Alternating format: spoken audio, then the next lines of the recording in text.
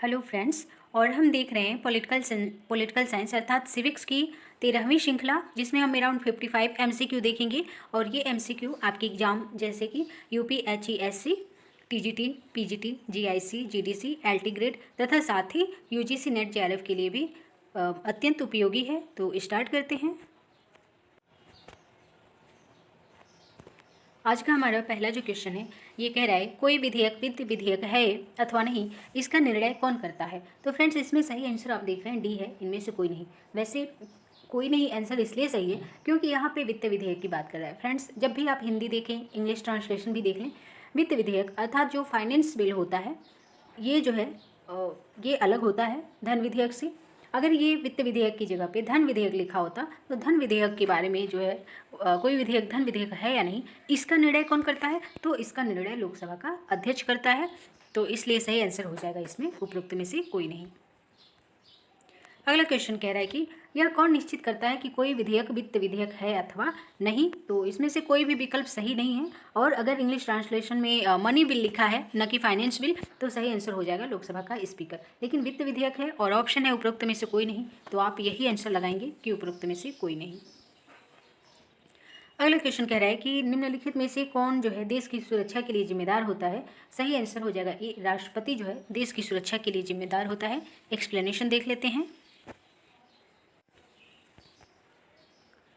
आप देख रहे हैं कि संघ के रक्षा बलों का सर्वोच्च समादेश राष्ट्रपति में निहित होता है और उसका प्रयोग विधि द्वारा नियमित होता है। साथ ही अनुच्छेद 53(1) के अनुसार संघ की जो समस्त कार्यपालिका शक्ति होती है वो राष्ट्रपति में निहित होती है। साथ ही आप देख रहे हैं कि जो राष्ट्रपति होता है भारत के सैन्य बलों का सर्वोच्च होता है। इस क्षमता में वह थल सेना, जल सेना एवं वायु सेना के प्रमुखों की नियुक्ति भी करता है। वह किसी भी युद्ध तथा उसकी समाप्ति की घोषणा करता है।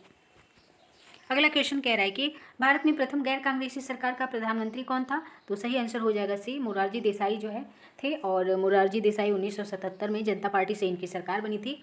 और फ्रेंड्स, मोरारजी देसाई ही वह व्यक्तित्व हैं जिन्हें कि भारत रत्न भी मिला है, जो कि भारत का सर्वोच्च नागरिक सम्मान है। और इन्हें साथ ही पाकिस्तान का भी सर्वोच्च नागरिक सम्मान प्राप्त हुआ है।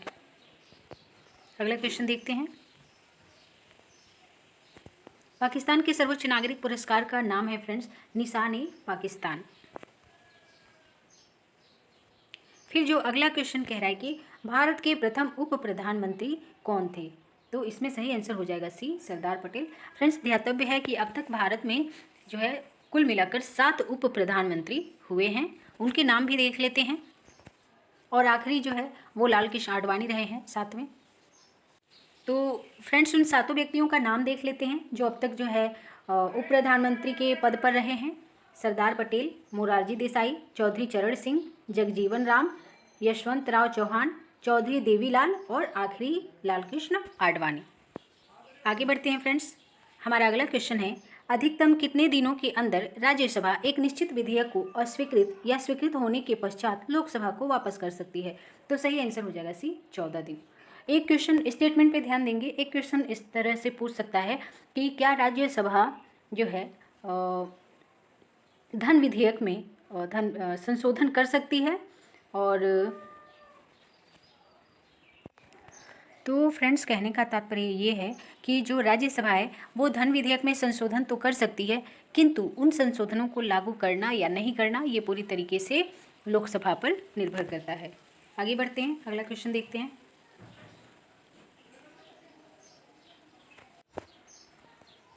अगला क्वेश्चन है, वर्तमान में लोकसभा की बैठक के लिए क्या गढ़ पूर्ति है। तो सही आंसर हो जाएगा 55 सदस्य या 1/10। अगला क्वेश्चन है, भारतीय लोकसभा की अधिकतम सदस्य संख्या क्या हो सकती है। तो फ्रेंड्स, सही आंसर है 552।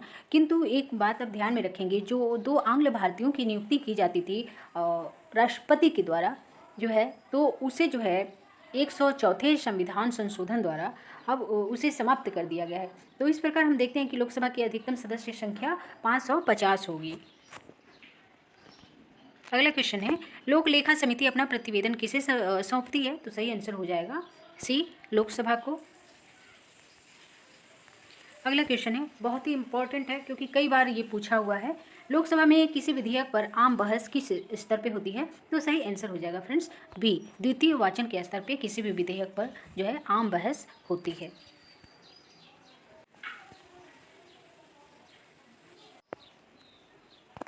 एक अन्य क्वेश्चन है, निम्नलिखित में से किस उच्च न्यायालय के सेवा अधिकार में अंडमान निकोबार द्वीप समूह आते हैं?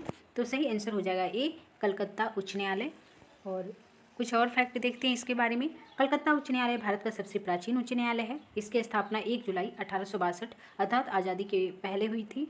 और 1953 कलकत्ता उच्च न्यायालय अधिनियम 1953 के अनुसार कलकत्ता उच्च न्यायालय के अधिक्षेत्र को प्रसारित कर अंडमान निकोबार द्वीप समूह को शामिल किया गया।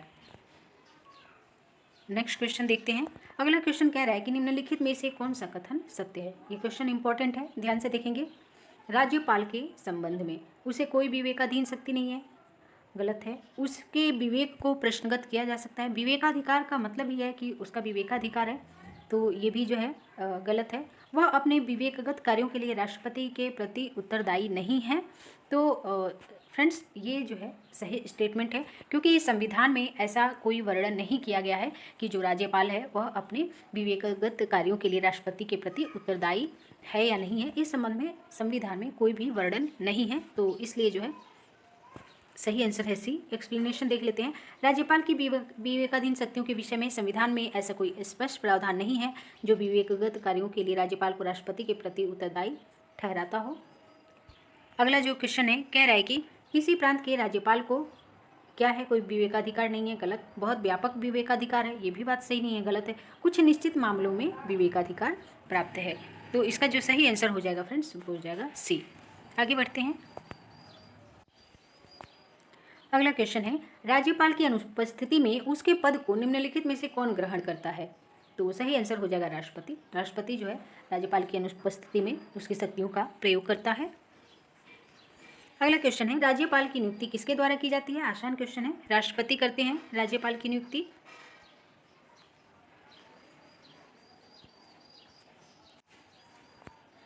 अगला क्वेश्चन है, राज्य के गवर्नर किसके प्रसाद पर्यंत अपने पद पर बने रहते हैं? तो सही आंसर हो जाएगा बी, राष्ट्रपति के प्रसाद पर्यंत। फिर कह रहा है कि राज्य के गवर्नर की नियुक्ति कौन करता है? सही आंसर हो जाएगा सॉरी फ्रेंड्स, राष्ट्रपति राज्यपाल की नियुक्ति करते हैं। अगला क्वेश्चन कह रहा है कि राज्य के गवर्नर की आयु नियुक्ति के समय कितनी होनी चाहिए? तो फ्रेंड्स ये 30 वर्ष होनी चाहिए, 30 वर्ष सॉरी फ्रेंड्स गवर्नर की जो आयु है वो नियुक्ति के समय कम से कम 35 वर्ष होनी चाहिए। और प्राइम मिनिस्टर के लिए 25 होता है, 25 वर्ष, और राज्यपाल के लिए 35 वर्ष। अगला क्वेश्चन है कह रहा है, भारत में किसी राज्य के राज्यपाल क्या होते हैं? निर्वाचित, मनोनीत, चयनित। सही आंसर हो जाएगा डी, नियुक्त होते हैं। राज्यपाल की नियुक्ति जो है राष्ट्रपति करते हैं। अगला क्वेश्चन है, इंपॉर्टेंट है, आसान है पर इंपॉर्टेंट है। क्या एक व्यक्ति को एक राज्य से अधिक राज्य का राज्यपाल नियुक्त किया जा सकता है? तो बिल्कुल किया जा सकता है। सही आंसर हो जाएगा ए, हाँ किया जा सकता है। अगला क्वेश्चन है, भारतीय संविधान के किस अनुच्छेद के अधीन राज्यपाल राष्ट्रपति के विचारार्थ किसी विधेयक को आरक्षित रख सकता है? तो सही आंसर हो जाएगा बी, अनुच्छेद 200 के तहत जो है राज्यपाल राष्ट्रपति के विचारार्थ किसी विधेयक को रख सकता है। ये इंपॉर्टेंट क्वेश्चन है, भले आसान है। आर्टिकल भी ये याद रखेंगे, बहुत ही इंपॉर्टेंट है। और फ्रेंड्स अनुच्छेद 200 के साथ साथ अनुच्छेद 201 भी याद रखेंगे, ये भी इंपॉर्टेंट है। अनुच्छेद 201 के अनुसार क्या होता है, जब कोई विधेयक राज्यपाल द्वारा राष्ट्रपति के विचार के लिए आरक्षित रख लिया जाता है तब राष्ट्रपति के हाथ में बाजी आ जाती है। तब राष्ट्रपति ये घोषित करेगा कि वह विधेयक पर अनुमति देता है या अनुमति रोक लेता है। तो दोनों ही आर्टिकल याद रखेंगे। आर्टिकल 200 राज्यपाल को अधिकार देता है और अनुच्छेद 201 जो है राष्ट्रपति को। अगला क्वेश्चन है, किसी राज्य का विधान परिषद किसके द्वारा बनाया या समाप्त किया जा सकता है? तो सही आंसर हो जाएगा संबंधित विधानसभा की परिषद पर संबंधित विधानसभा की सिफारिश पर संसद द्वारा, अनुच्छेद 169 के तहत। तो सही आंसर आपका हो गया डी। अगला क्वेश्चन देखते हैं। अगला क्वेश्चन है, यदि किसी राज्य के राज्यपाल की मृत्यु हो जाए तो राज्यपाल कौन बनेगा? तो सही आंसर हो जाएगा ये राष्ट्रपति, जिसे भी नियुक्त करें वही बनेगा राज्यपाल। अगला क्वेश्चन है कह रहा है कि राज्य कार्यपालिका के संवैधानिक अध्यक्ष कौन होते हैं? तो सही आंसर हो जाएगा सी, गवर्नर अर्थात राज्यपाल। जिस प्रकार केंद्र सरकार में जो है केंद्रीय कार्यपालिका के संवैधानिक अध्यक्ष राष्ट्रपति होते हैं, उसी तरह राज्य स्तर पे जो है कार्यपालिका के संवैधानिक अध्यक्ष राज्यपाल होते हैं। अगला क्वेश्चन है कह रहा है, निम्नलिखित में से किसकी नियुक्ति राज्यपाल के द्वारा नहीं की जाती है? इंपॉर्टेंट है और आसान भी। तो ये हो जाएगा उच्च न्यायालय के न्यायाधीश, क्योंकि फ्रेंड्स उच्च न्यायालय के न्यायाधीशों की जो नियुक्ति है वो राष्ट्रपति के द्वारा की जाती है, ना कि राज्यपाल के द्वारा। तो सही आंसर हो गया डी। अगला क्वेश्चन है, राज्य की कार्यपालिका शक्ति किसमें निहित होती है? तो सही आंसर हो जाएगा आपका डी, राज्यपाल में निहित होती है। कुछ आर्टिकल इंपॉर्टेंट है तो आप एक बार देख लेंगे तो उसमें आपका अच्छा ही होगा, अच्छा छोड़ के कुछ और बुरा नहीं होने वाला। संविधान के अनुच्छेद 154 के अनुसार राज्य की कार्यपालिका शक्ति राज्यपाल में निहित होगी। उसी प्रकार केंद्र स्तर पे अनुच्छेद 53 के अनुसार केंद्र की कार्यपालिका शक्ति, समस्त कार्यपालिका शक्ति जो है राष्ट्रपति में निहित होगी। अगला क्वेश्चन कह रहा है, हमारे देश में किसी राज्य की कार्यपालिका शक्ति का प्रधान कौन होता है? तो सही आंसर हो जाएगा सी, राज्यपाल होता है। अगला क्वेश्चन है, निम्नलिखित में से एक कौन सा मुख्यमंत्री का राज्यपाल के प्रति कर्तव्य नहीं है? तो अपने दल की नीतियों के बारे में सूचित करना, ये जो है मुख्यमंत्री का कर्तव्य नहीं है कि दल की नीतियों के बारे में बताए। अन्य सभी जो है मुख्यमंत्री का कर्तव्य है। मंत्रिपरिषद के सभी विनिश्चयों को जो है सूचित करेंगे वो राज्यपाल को, प्रशासन संबंधी सूचनाओं की जानकारी देंगे, विधान विषयक प्रस्थापनाओं के बारे में भी सूचना देंगे या ऐसी कोई सूचना जिससे राज्यपाल मांगते हैं। बाकी दल की उनकी नीति क्या है इस बारे में जो है मुख्यमंत्री का कर्तव्य नहीं है। अगला क्वेश्चन है, उत्तर प्रदेश में विधानसभा के कुल सदस्यों की संख्या कितनी है? तो इसमें फ्रेंड्स सही आंसर हो जाएगा आपका बी, 403।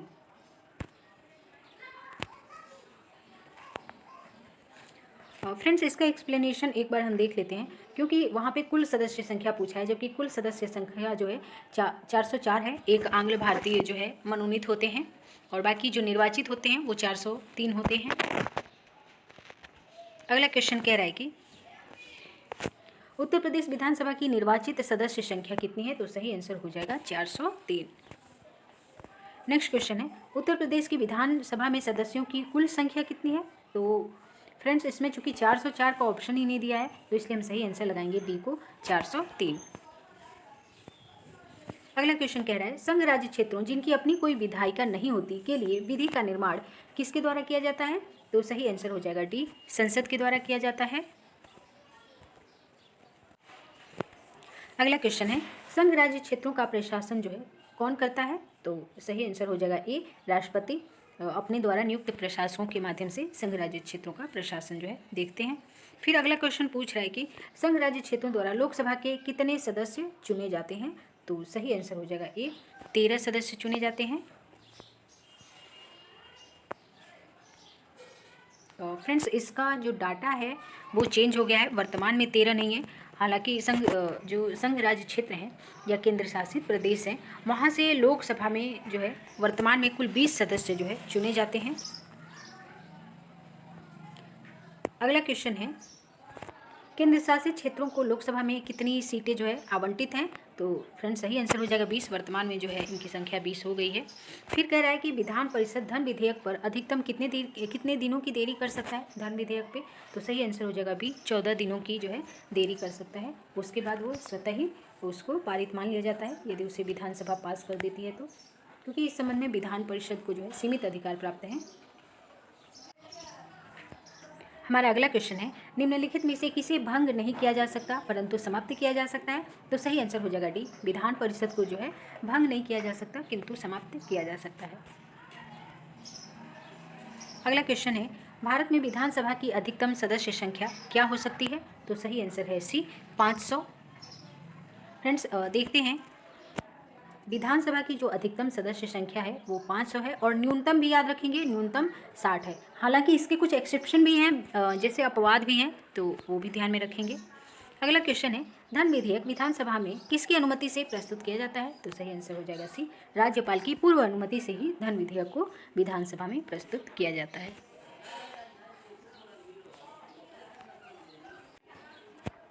अगला क्वेश्चन है, निम्नलिखित में से राज्य मंत्री परिषद का कौन सा एक कार्य नहीं है? शासन की नीति का निर्धारण करना, उच्च पदों पर नियुक्ति के समय राज्यपाल को परामर्श देना, बजट निर्माण, बहुमत सिद्ध करने हेतु समय सीमा निर्धारण या परामर्श देना। तो राज्य मंत्री परिषद का जो है ये कार्य नहीं है, क्योंकि ये कार्य जो है बहुमत सिद्ध करने के लिए कहना या समय सीमा का निर्धारण करना, ये अधिकार राज्यपाल का होता है, न कि मंत्रिपरिषद का। आगे बढ़ते हैं फ्रेंड्स। कॉमन सेंस की भी बात है कि जो है बहुमत सिद्ध करने के लिए स्वयं जो है मंत्रिपरिषद नहीं वो करेगी, समय सीमा का निर्धारण करेगी। अगला क्वेश्चन है, कह रहा है कि निम्नलिखित में से उत्तर प्रदेश का प्रथम राज्यपाल कौन था? तो आसान क्वेश्चन है, सरोजनी नायडू। और भारत में किसी भी राज्य की प्रथम राज्यपाल भी यही है, सरोजनी नायडू। तो अगला क्वेश्चन कह रहा है कि मुख्यमंत्री की नियुक्ति कौन करता है? बहुत ही आसान क्वेश्चन है, राज्यपाल जो है मुख्यमंत्री की नियुक्ति करते हैं। फिर कह रहा है कि राज्य विधानसभा का नेता कौन होता है? तो सही आंसर हो जाएगा आपका बी, मुख्यमंत्री जो है राज्य विधानसभा का नेता होता है। अगला क्वेश्चन है, राज्य विधान परिषद का गठन जो है किस प्रकार से होता है? तो सही आंसर हो जाएगा बी, निर्वाचक मंडल द्वारा जो है विधान परिषद का गठन होता है। और आप इसमें कौन कौन करता है ये भी देख लेंगे। इसमें जो है राज्य की नगर पालिका, जिला बोर्ड और अन्य स्थानीय प्राधिकारी जो संसद विधि द्वारा विनिर्दिष्ट करे, और फिर कम से कम 3 वर्ष से जो स्नातक हैं ऐसे लोग, और माध्यमिक पाठशालाओं से निम्न स्तर की पाठशालाओं में कम से कम 3 वर्ष से अध्यापन कार्य में लगे व्यक्ति, और राज्य विधानसभा के सदस्य। और आप जानते हैं 1/6 सदस्यों को राज्यपाल मनोनीत करते हैं। फिर ये क्वेश्चन देखते हैं, बहुत ही इंपॉर्टेंट है। कह रहा है निम्नलिखित में से किस राज्य में विधान परिषद नहीं है? तो फ्रेंड्स इसमें जो है राजस्थान में विधान परिषद नहीं है। ये मोस्ट इंपॉर्टेंट क्वेश्चन है। अगला क्वेश्चन देखते हैं। अगला क्वेश्चन कह रहा है कि राज्य विधानसभा द्वारा पारित धन विधेयक कितनी अवधि में विधान परिषद द्वारा पारित हो जाना चाहिए? आसान क्वेश्चन है, 14 दिन के अंदर जो है, जानते हैं आप। फिर क्वेश्चन है, किसी राज्य का राज्यपाल? तो बहुत ही छोटा क्वेश्चन है पर बहुत ही इंपॉर्टेंट है, तो सही आंसर हो जाएगा डी, राष्ट्रपति द्वारा नियुक्त किया जाता है। अगला क्वेश्चन है, निम्नलिखित राज्यों में से किसमें विधान परिषद नहीं है? तो फ्रेंड्स इसमें जो है सही आंसर बी दिखा रहा है, उत्तराखंड सही है, लेकिन वर्तमान में ये दोनों जो है सही हैं, क्योंकि जब से 370 को समाप्त किया गया है तो जम्मू कश्मीर में पहले तो द्विसदनीय विधायिका थी, पर वर्तमान में द्विसदनीय विधायिका नहीं है, क्योंकि किसी भी केंद्र शासित प्रदेश में द्विसदनीय विधायिका नहीं है। और आप जानते हैं कि जम्मू कश्मीर और लद्दाख को वर्तमान में 2 केंद्र शासित प्रदेश बना दिया गया है। तो आप इस प्रकार से जैसे भी क्वेश्चन आएगा उस हिसाब से ध्यान रखकर आंसर देंगे। और हम देख लेते हैं कि वर्तमान में किन 7 राज्यों में द्विसदनीय विधायिका है। वेरी वेरी इंपॉर्टेंट क्वेश्चन है, जरूर ध्यान रखेंगे। तो वर्तमान में देखिए, बिहार में, कर्नाटक में, जम्मू कश्मीर में नहीं है, यूपी, महाराष्ट्र, आंध्र प्रदेश, तेलंगाना और उड़ीसा में, अर्थात कुल 7 राज्यों में जो है द्विसदनीय विधायिका है। मोस्ट इंपॉर्टेंट है, जरूर देख लेंगे। अगला क्वेश्चन है, निम्नलिखित में से किस राज्य में 1 सदनीय विधायिका है? तो सही आंसर इसमें हो जाएगा उड़ीसा। फ्रेंड्स ये चूंकि क्वेश्चन 2012 का है और 2018 में उड़ीसा में जो है द्विसदनीय विधायिका बनी है, तो वर्तमान में इनमें से कोई भी सही विकल्प नहीं है, ध्यान रखेंगे। अगला क्वेश्चन है, निम्नलिखित में से किस आयोग ने राज्यपाल पद की समाप्ति की अनुशंसा की थी? वेरी इंपॉर्टेंट क्वेश्चन है फ्रेंड्स, सही आंसर हो जाएगा सी, राजमन्नार आयोग। फिर से सेम क्वेश्चन है, निम्नलिखित में से किस आयोग ने राज्यपाल का पद समाप्त करने की संस्तुति की? तो सही आंसर हो जाएगा राजमन्नार आयोग ने। अगला क्वेश्चन है, विधान परिषद के कितने सदस्य राज्यपाल द्वारा मनोनीत किए जाते हैं? तो वेरी इंपॉर्टेंट है और सही आंसर हो जाएगा 1/6 सदस्य राज्यपाल द्वारा मनोनीत होते हैं, जबकि 5/6 सदस्य जो है ये अलग अलग लोगों द्वारा जो है निर्वाचित किए जाते हैं अप्रत्यक्ष रूप से। फिर अगला क्वेश्चन कह रहा है कि राज्य की विधान परिषद का सदस्य होने के लिए व्यक्ति की आयु कम से कम कितनी होनी चाहिए, किससे कम नहीं होनी चाहिए? तो सही आंसर हो जाएगा बी, 30 वर्ष से कम नहीं होनी चाहिए। अगला क्वेश्चन कह रहा है कि राज्य सरकार के विधिक सलाहकार को क्या कहा जाता है? तो सही आंसर हो जाएगा सी, एडवोकेट जनरल कहा जाता है। अटॉर्नी जनरल फ्रेंड्स ये जो है केंद्र सरकार का विधिक सलाहकार होता है और भारत का प्रथम न्यायिक अधिकारी। अगला क्वेश्चन देखते हैं। अगला क्वेश्चन है, राज्य सरकार को विधिक मामलों में परामर्श कौन देता है? तो सही आंसर हो जाएगा बी, एडवोकेट जनरल जो है देता है। अगला क्वेश्चन है, राज्य विधानसभा का चुनाव कौन कराता है? तो आसान क्वेश्चन है, सही आंसर हो जाएगा मुख्य चुनाव अधिकारी, क्योंकि जो भारत का निर्वाचन आयोग है वही जो है राष्ट्रपति, उपराष्ट्रपति, लोकसभा और राज्य विधानसभा का चुनाव करवाता है। अगला क्वेश्चन है, ये पूछ रहा है राज्यपाल द्वारा जारी अध्यादेश अधिकतम कितनी अवधि के लिए वैध होता है? तो फ्रेंड्स इसमें जो है चूंकि सही विकल्प नहीं दिया है तो आप 6 माह दिए को सही